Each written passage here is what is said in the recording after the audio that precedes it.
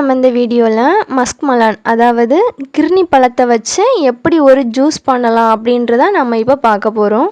இதற்கு தேவையான பொருட்கள், ஃபர்ஸ்ட் நம்ம ஒரு கிர்னி பழம் எடுத்து வச்சுருக்கிறோம். இந்த கிர்னி பழத்தை நல்லா வாஷ் பண்ணி இதை நம்ம ரெண்டாக கட் பண்ணிக்கலாம். இதை ரெண்டாக கட் பண்ணிக்கிறோம். இது ரெண்டாக கட் பண்ணதுக்கப்புறம் இந்த மாதிரி உள்ளே இருக்க சீட்ஸ் எல்லாம் நம்ம எடுத்துடலாம்.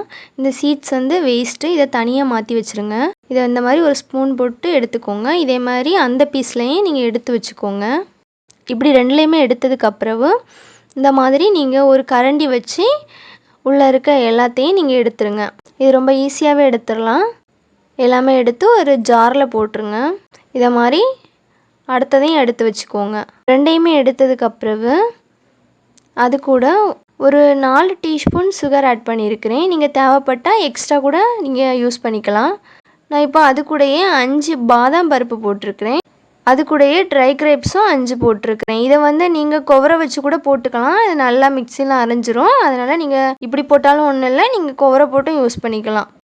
இப்போ ஒரு டைம் நம்ம இதை மிக்சியில் அடிச்சிருக்கோம். இப்போ நம்ம 2 கிளாஸ் ஒரு குட்டி கிளாஸ் அளவு தண்ணி இதில் ஆட் பண்ணிக்கலாம். உங்களுக்கு தேவையான தண்ணி இதில் ஆட் பண்ணிக்கோங்க. ஆட் பண்ணி மறுபடியும் ஒருக்கா இதை நல்லா அடித்து விட்டுக்கலாம். இப்போ நமக்கு சுவையான கிர்னி பழம் ஜூஸ் ரெடி ஆகிடுச்சுது. இதை நம்ம கிளாஸில் விட்டு வச்சுக்கலாம். இதில் மேலே கொஞ்சமாக பாதாம் கட் பண்ணி வச்சுருக்கிறேன், அதையும் போட்டுடலாம். டேஸ்ட்டு கொடுக்கும். இது போல் நீங்களும் ட்ரை பண்ணி பாருங்கள். இது போன்ற வீடியோஸுக்கு நம்ம சேனலையும் சப்ஸ்கிரைப் பண்ணுங்கள்.